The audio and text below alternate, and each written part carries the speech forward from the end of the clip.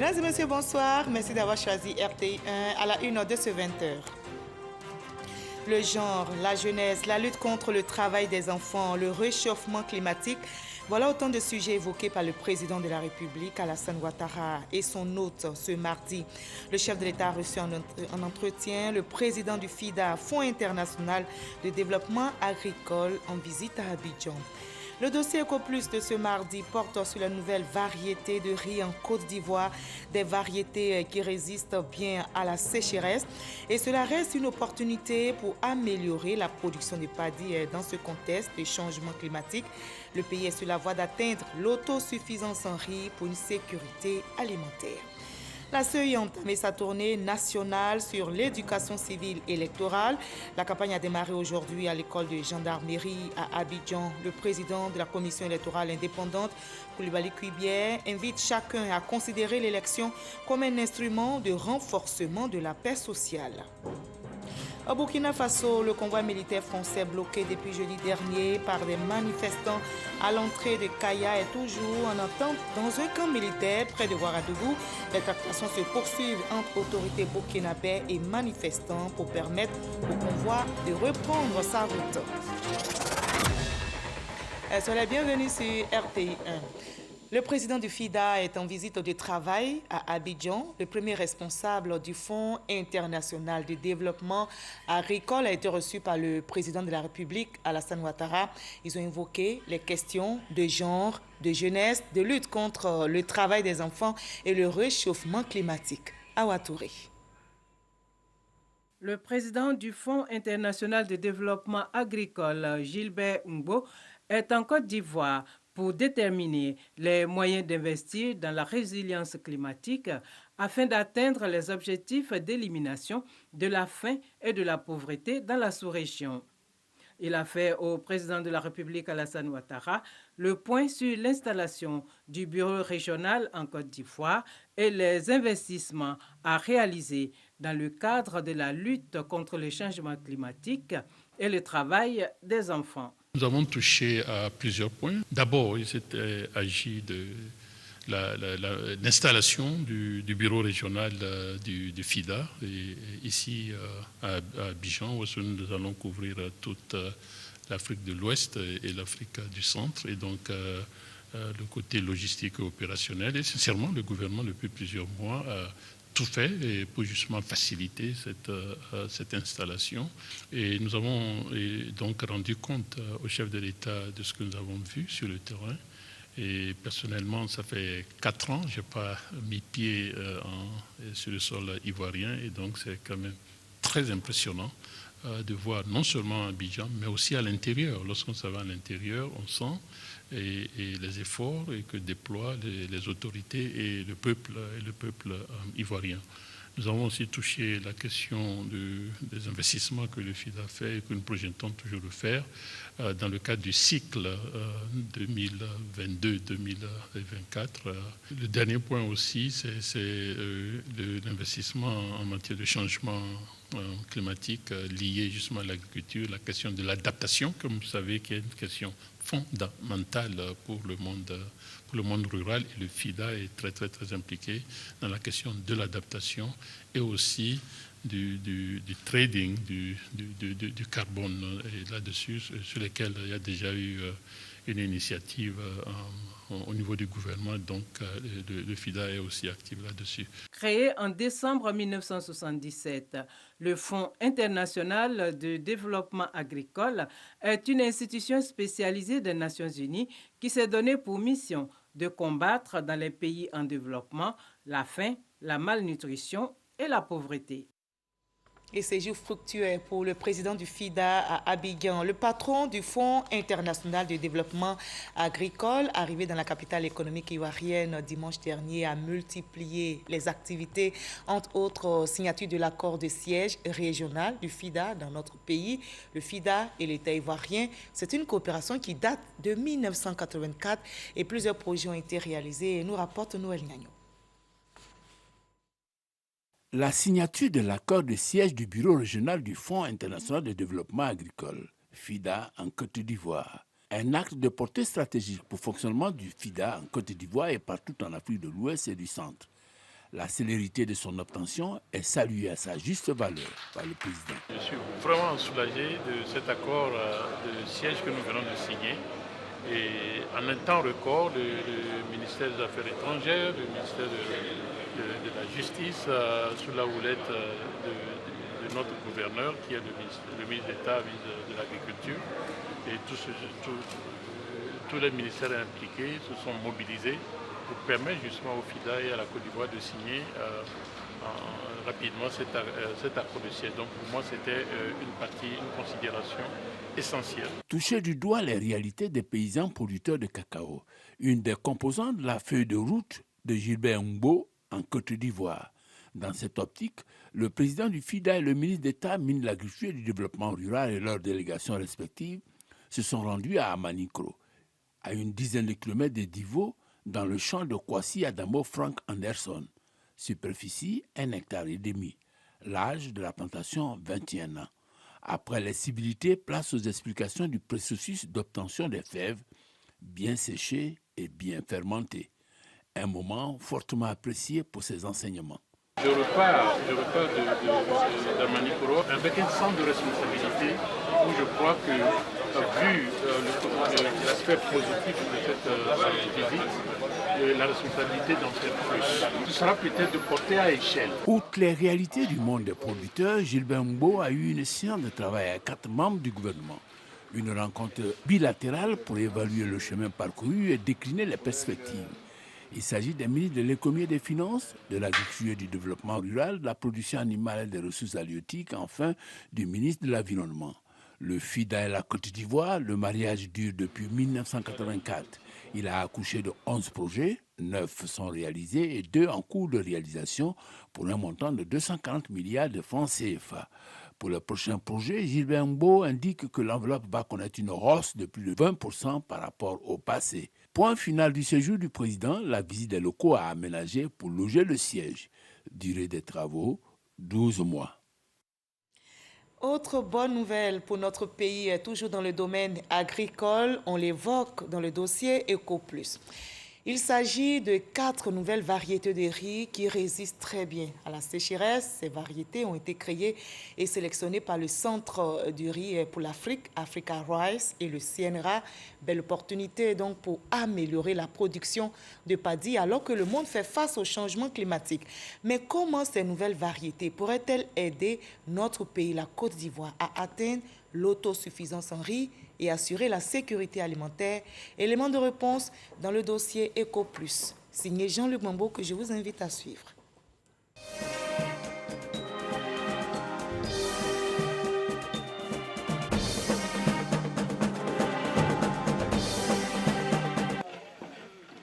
Mijotant dans des marmites, servis dans un nuage de vapeur ou joyeusement dégustés dans la rue. C'est le riz qui est à l'honneur aujourd'hui à Guembé, dans la région du Poro. Une fête du riz improvisée dans une zone habituée plutôt à la culture du coton. Guembé est l'un des 16 villages choisis pour expérimenter le projet Diffusion en milieu paysan de nouvelles variétés de riz pluviales tolérantes à la sécheresse. Un projet du Centre national de recherche agronomique, CNRA. On ne pouvait pas s'arrêter au niveau seulement du champ. La variété peut bien se comporter au champ, mais est-ce que réellement l'appréciation des caractéristiques organoleptiques sera réellement aussi au goût des consommateurs et même des producteurs? Ce sont 4 variétés de riz, CRAM 1, CRAM 2, CRAM 3, CRAM 4, qui ont été créées et sélectionnées par le CNRA pour leur tolérance à la sécheresse, leur précocité et leur rendement potentiel. Dans les 16 villages où le projet est exécuté, ce sont les paysans qui en parlent le mieux. Quand je viens au champ et je regarde la production, je vois que la production des 2 variétés donne plus que la variété locale. Et les 2 variétés sont moins attaquées par les insectes. Dans le département de Korogo, les rendements moyens des 4 nouvelles variétés ont été compris entre 2,2 et 2,8 tonnes à l'hectare, alors que celui de la variété locale la plus cultivée a été de 1,5 tonnes à l'hectare. Les variétés locales que les paysans cultivent ici ne sont plus adaptées à ce changement climatique-là. et il y a toujours des problèmes de production. Nous sommes venus avec ces variétés-là pour leur permettre de pouvoir continuer à produire du riz pluvial, voilà, qui va leur permettre de pouvoir toujours avoir de la nourriture. La riziculture pluviale en Côte d'Ivoire occupe 45% de superficie emblavée et représente 23% de la production. La diffusion de ces 4 variétés dans les grandes zones de production de riz pluvial constitue une opportunité pour améliorer la production de paddy dans un contexte de changement climatique. Nous avons eu à former les producteurs sur l'itinéraire technique du riz. Et après, nous avons fait la récolte ensemble. Nous avons évalué les productions. Pour permettre aux riziculteurs de cultiver ces variétés dans leurs champs, 4 tonnes de semences ont été produites et distribuées en 2 phases à 320 bénéficiaires directs de ce projet. D'abord, avant d'utiliser la semence, il faut s'assurer que la semence est de bonne qualité. Certains bénéficiaires ont déjà distribué une partie de leur récolte à des riziculteurs de leur village et des villages voisins. Une stratégie qui permettra d'ici quelques années de couvrir les périmètres rizicoles de tous les départements du projet et d'améliorer le rendement de ces zones. On est vraiment très fiers et on est pressés même si on nous pouvait faire produire 1 hectare cette année chacun, pour que le riz arrive très vite. Actuellement, même, il y a des camarades qui ont vu d'eux-mêmes comment ça m'appelait. Ce projet a été réalisé sur 24 mois grâce à un fonds de 70 millions de francs CFA du Fonds compétitif pour l'innovation agricole durable, FCIAD, mis en place dans le cadre de la 2e phase du contrat de désendettement et de développement et de 30 millions de francs CFA du CNRA. Après l'étape de la production, il est question d'apprécier le goût de cette nouvelle variété de riz. Une sorte d'examen de passage dont l'un des centres se trouve être la sous-préfecture de Gembé. J'ai choisi 3 qui m'ont plu et une variété que je pourrais dire j'ai rejetée. Comment s'est opéré le choix? Lorsque vous consommez le riz doit avoir un parfum. Afin de permettre à tous les paysans des zones du projet et d'autres départements de la Côte d'Ivoire d'avoir accès aux semences de qualité de ces variétés, un dépôt de demande d'homologation a été réalisé. Reste à la disponibilité des semences au niveau du CNRA afin de permettre aux entreprises semencières de produire les semences certifiées en quantité suffisante. En Côte d'Ivoire, faut-il le rappeler, la consommation de riz est estimée à 109 kg par personne par an. Le pays importe 1 million de tonnes de riz par an, pour un montant estimé à plus de 250 milliards de francs CFA.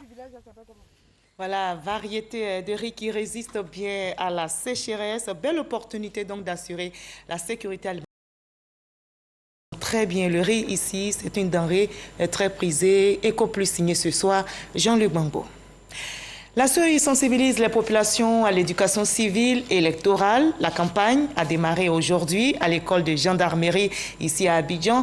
Et dans sa conférence inaugurale que vous allez voir, le président de la commission électorale indépendante, Coulibaly Kuibière, a invité chacun de nous à considérer l'élection comme un instrument de renforcement de la paix sociale. Voter est un droit et un devoir qui s'exerce dans la paix en vue de faire le lit du développement. Sidonie Davila. L'élection est un jeu, mais un jeu sérieux. Voilà pourquoi il est demandé aux partis politiques de faire preuve de beaucoup de sagesse. Ceux qui sont porteurs de l'espoir du peuple, ceux qui sont porteurs des solutions aux défis de la population, ce doivent être des gens qui sont pénétrés des règles électorales. Ce sont ceux-là qui doivent faire preuve de beaucoup de sagesse. Tel un enseignant face à ses élèves, que sont ses gendarmes, le conférencier s'est voulu très pratique pour mieux faire passer son message. Avec pour thème l'élection, instrument de renforcement de la paix. Ibrahim Coulibaly Kuibière, dans cet exposé magistral, a tenu à rassurer les gendarmes sur l'exécution de la tâche de la CEI. Si l'élection donne la paix, si l'élection conjure le mauvais sort, d'où vient-il que l'élection puisse causer la mort, puisse être la source de troubles, de guerres et de crises? 2 éléments s'offrent pour répondre à cette question. Premièrement, il faut que la population s'approprie la matière électorale. Et deuxièmement, l'organe en charge de l'élection doit inspirer confiance. Si cet organe n'inspire pas confiance, l'élection ne pourra jamais produire la paix. La CEI et les forces de défense et de sécurité, deux entités qui travaillent ensemble. Les gendarmes promettent de jouer leur partition lors des élections. C'est vrai que les élections contribuent à renforcer la paix sociale, mais pour que cette paix sociale soit, il faut que ces élections se déroulent correctement. Et donc, eux, ils doivent comprendre l'importance de leur rôle au cours de ces élections-là. Je pense que c'est ce qui est le plus essentiel pour eux aujourd'hui. La campagne d'éducation civique électorale qui a eu lieu à la gendarmerie ce mardi est la première étape d'un vaste programme de sensibilisation. La CEI compte aller à la rencontre des populations, et ce, dans 9 régions. Le défi pour la commission électorale indépendante est de permettre aux populations de comprendre les règles du jeu et de se les approprier. L'enjeu est de taille, la paix. Et la paix est un trésor inestimable que nous devons tous chérir. Le 5e recensement général de la population et de l'habitat se poursuit. Il a démarré le 8 novembre dernier. Mais comment se déroule au juste l'opération sur le terrain? Dans quelles conditions travaillent les agents recenseurs? Comment sont-ils reçus par les ménages? Eh bien, pour se faire une idée, le directeur de l'INS, l'Institut national de la statistique, a investi le terrain. Il appelle les ménages à bien accueillir tous les agents recenseurs. Patricia Omouetia. Pas de répit pour les agents recenseurs depuis le démarrage du recensement général de la population et de l'habitat. Ce dimanche 13h, Jean Kofi, agent recenseur, a rendez-vous avec un ménage aux 2 plateaux dans la commune de Cocody. Il y est pour la collecte d'informations. Il y a de cela une semaine que j'étais là pour la numérotation et je lui avais dit que j'allais repasser. Et ça a coïncidé qu'aujourd'hui, je suis dans le foyer de maman Akou. Contrairement à Jean Kofi, depuis ce matin, Paul rencontre des difficultés sur le terrain. Les portes de certains ménages lui sont fermées. Cette situation, il la vit depuis 2 semaines. On a constaté ici de suite, on vient, la dame tous les jours, elle nous dit qu'elle est couchée, qu'elle ne peut pas sortir. On vient, on sort, on va dans des coins où on nous chasse. Il y a un monsieur même qui a eu à nous dire que lui n'est pas intéressé. Et quand on a commencé l'interview, arrivé sur son ethnie, il dit non, c'est pas important, qu'il n'est pas intéressé. Bon, on a arrêté comme ça. Depuis là, bon, on est ici, on ne fait que défiler ici, on ne peut pas avancer, le boulot, ça tarde. On a tapé pratiquement 2 semaines. Disons aujourd'hui, on a recensé seulement 50 personnes. Bon, normalement, ça devait aller au-delà. Ils sont nombreux, ces agents qui rencontrent d'énormes difficultés à accéder aux ménages pour la réussite de l'opération de dénombrement. Une situation qui a amené le directeur général de l'Institut national de la statistique à investir le terrain en vue de s'enquérir des réalités des agents et rassurer les populations. Nous avons pris des précautions. Et tous nos agents recenseurs d'abord sont identifiés au niveau de l'INS, mais aussi pour leur identification, c'est vrai, il y a la chasuble, il y a le badge, il y a l'ordre de mission.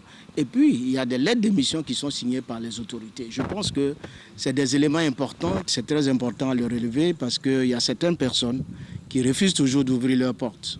Donc, nous les invitons à ouvrir leurs portes pour permettre à nos agents de pouvoir faire le dénombrement correctement. Cela est très important pour le développement de la Côte d'Ivoire. Le 5e recensement général de la population et de l'habitat a démarré le 8 novembre dernier et prendra fin le 28 novembre prochain. La maire d'Abobo, Kandia Camara, et le conseil municipal ont tenu la 3e réunion de l'année. Le programme triennal, estimé à plus de 4 milliards de francs CFA, et le budget primitif 2022 ont été adoptés. Une priorité est accordée à l'autonomisation des jeunes et des femmes aux activités socio-culturelles. Théodore Zouzou, Didier Nguessan nous explique. Fait d'Abobo une commune assainie, dotée d'infrastructures modernes et à fière allure. est la vision de son conseil municipal à travers le concept Abobo Ezo. Libération des emprises, des artères principales et des actions de soutien aux démunis. En tant que religieux, nous demandons à nos autorités de pouvoir investir, faire le social, créer des emplois.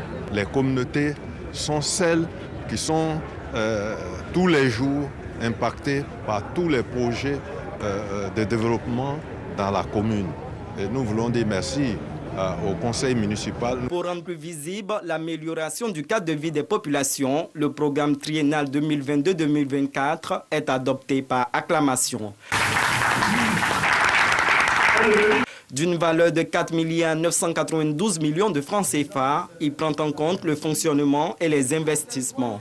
Le budget primitif 2022 est également adopté. Il s'équilibre en recettes et en dépenses à hauteur de 3 800 millions de francs CFA, avec 674 millions consacrés à l'investissement dans le social, l'éducation, la santé et le financement des projets. Ces différentes opérations qui, si elles sont menées à terme, apporteront véritablement un changement dans la vie des Abobolais et des Abobolaises.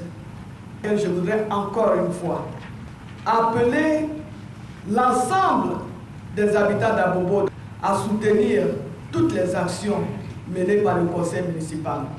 Et nous ne cesserons jamais de rendre hommage au président de la République, son Excellence, M. Alassane Ouattara. Pour accroître les recettes de la commune, le conseil opte pour le recouvrement électronique. Un hommage a été rendu au président de la République pour l'octroi d'un budget additionnel de 174 milliards de francs CFA dans le cadre du plan d'urgence de la commune d'Abobo pour en faire une cité où il fait bon vivre.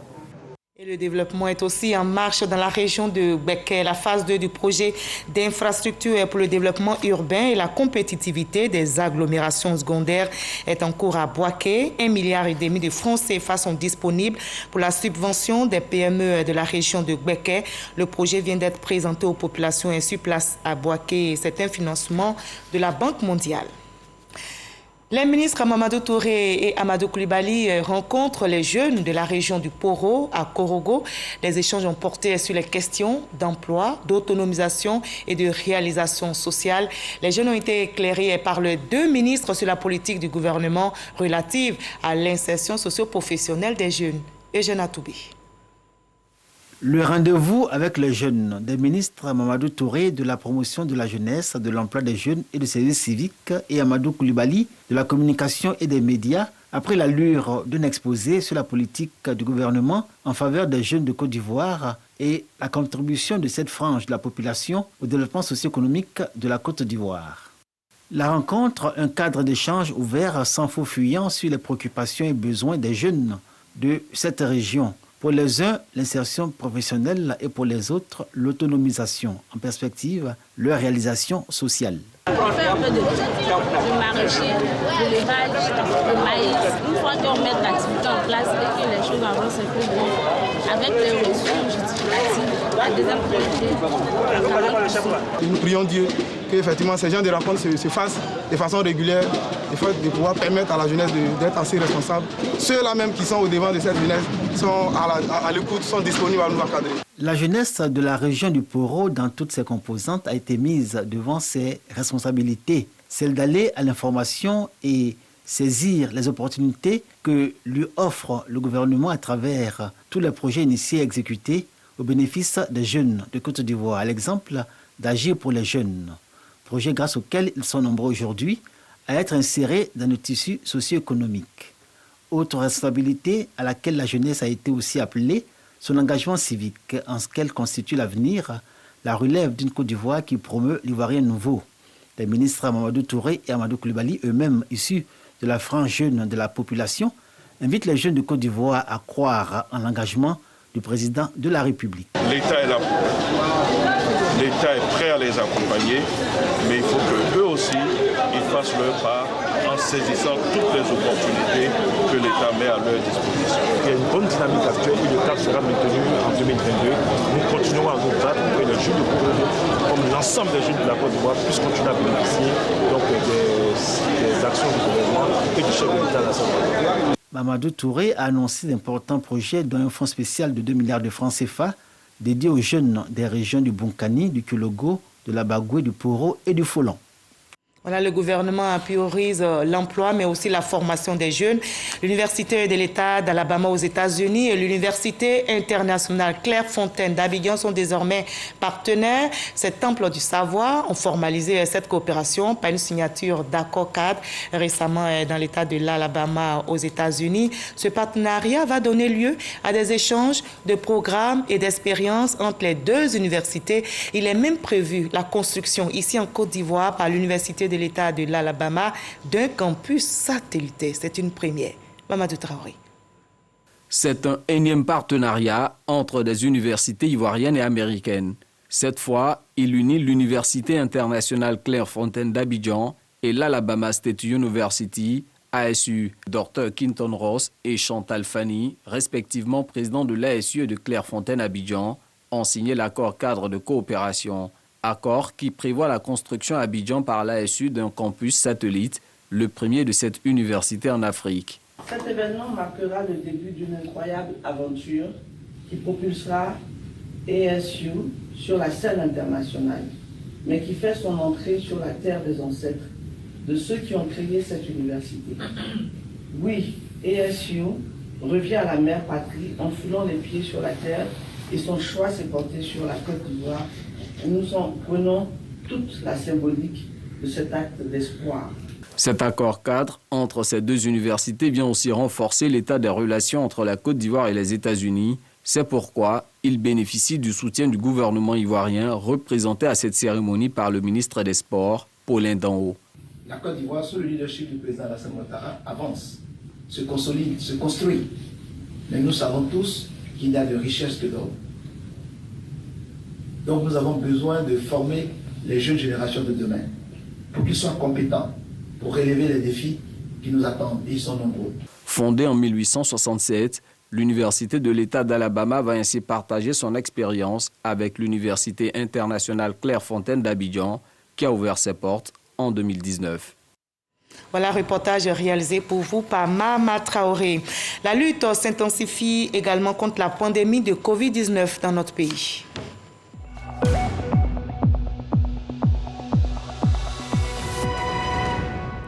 Ce mardi 23 novembre, on dénombre en Côte d'Ivoire 61 nouveaux cas de Covid-19, 23 nouvelles guérisons et 0 décès.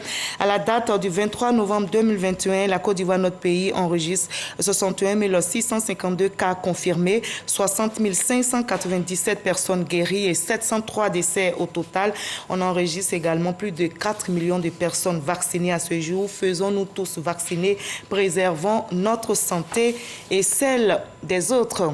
La campagne de vaccination contre la pandémie de Covid-19 se poursuit dans notre pays. La Côte d'Ivoire vient de réceptionner à nouveau 374 450 doses de vaccin Johnson & Johnson et c'est un don du gouvernement américain pour soutenir l'État ivoirien dans la lutte contre le coronavirus.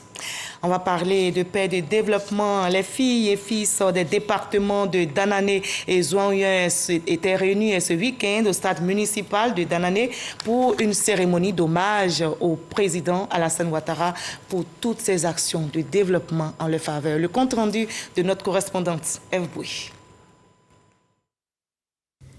Danané, stade municipal.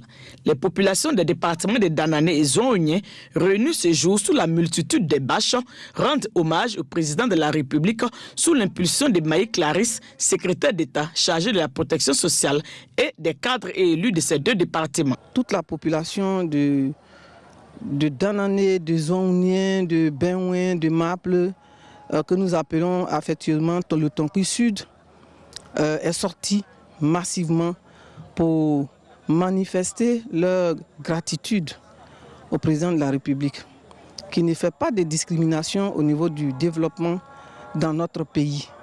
Pour lui, toutes les régions se valent. Nous avons des raisons de croire en notre ado. Ado le bafetier, ado solution, ado le bâtisseur, ado le meilleur. Le président de la République a véritablement œuvré pour le développement de notre région et également pour la promotion des cadres, nous en sommes très fiers et satisfaits. Le bitumage, les constructions d'hôpitaux, d'écoles, l'électrification de nos villages, c'était pour nous une façon de lui dire merci pour tout ce qu'il fait. Dans la vie, il n'y a rien de plus beau que la reconnaissance. Le président a valorisé le capital humain par la nomination et la promotion des fils et filles du Tonkbi. Grâce au chef de l'État, Danane et Zoonien présentent un meilleur visage au niveau du réseau routier avec l'axe Danane frontière Guinée achevé, l'axe Zoonien Benwen tout le plus en cours de réalisation et l'axe Man Danane Zoonien en pleine rénovation.